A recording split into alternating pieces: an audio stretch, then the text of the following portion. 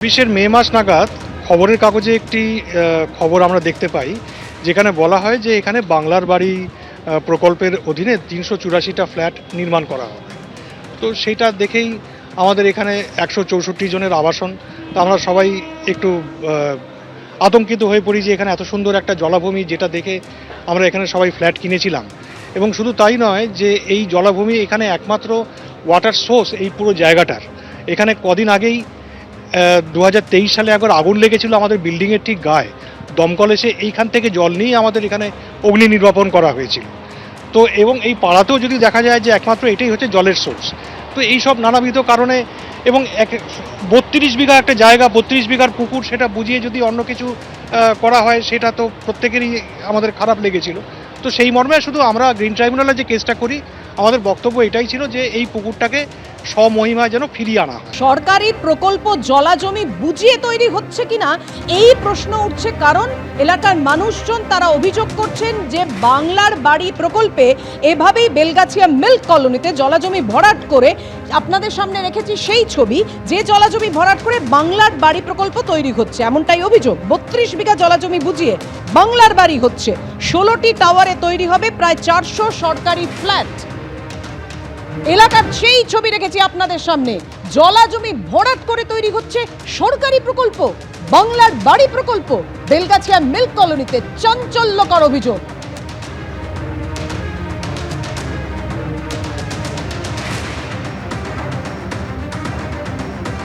ভাবুন, ১৬টি টাওয়ারে তৈরি হবে ৪০০টি সরকারি ফ্ল্যাট।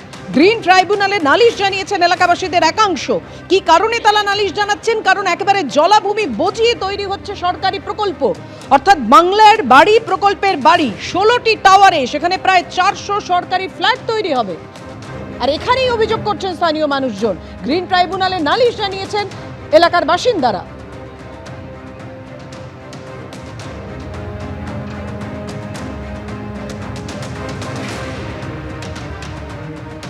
শিয়ালদা মেন শাখায় বিধাননগর থেকে দমদম স্টেশনের দিকে যাওয়ার ঠিক মাঝামাঝি যদি রেল লাইনের বাঁ দিকে তাকানো যায়, যে সুবিশাল জলাশয়টা এতদিন চোখে পড়তো এবং তার সামনে যে সুবিশাল সাদা বাড়িটা চোখে পড়তো, সেটাই শালবনী অ্যাপার্টমেন্ট এবং শালবনী ঝিল। যে শালবনী ঝিল এই মুহূর্তে রীতিমতো ভয়াবহ চেহারাতে রয়েছে। সেখানে পেলোডার দিয়ে মাটি ফেলা হচ্ছে, বোঝাই করা হচ্ছে একটা বড় অংশ। কেন বোঝাই করা হচ্ছে? কারণ এখানে সরকারি প্রকল্প হবে। কি প্রকল্প? বাংলার আবাসন। সেখানে মোটামুটিভাবে 16টি বহুতল মাথাচাড়া দিয়ে উঠবে এবং সেখানে প্রায় 400-র কাছাকাছি 384 বা 85টি আবাসন তৈরি হবে, ফ্ল্যাট তৈরি হবে, যেখানে পুনর্বাসন দেওয়া হবে বিভিন্ন জায়গা থেকে। যারা মাথার ছাদ হারিয়েছেন বিভিন্ন জায়গায়, তাদেরকে পুনর্বাসন দেওয়া হবে। কিন্তু কেন জলাজমি ভরাট, এই প্রশ্নটাই কিন্তু উঠছে। ইতিমধ্যেই যে স্থানীয় বাসিন্দারা আশপাশের এলাকায় থাকেন, বহুতলে থাকেন, তারা মামলা করেছেন। প্রথমে কলকাতা হাইকোর্টের দ্বারস্থ হন।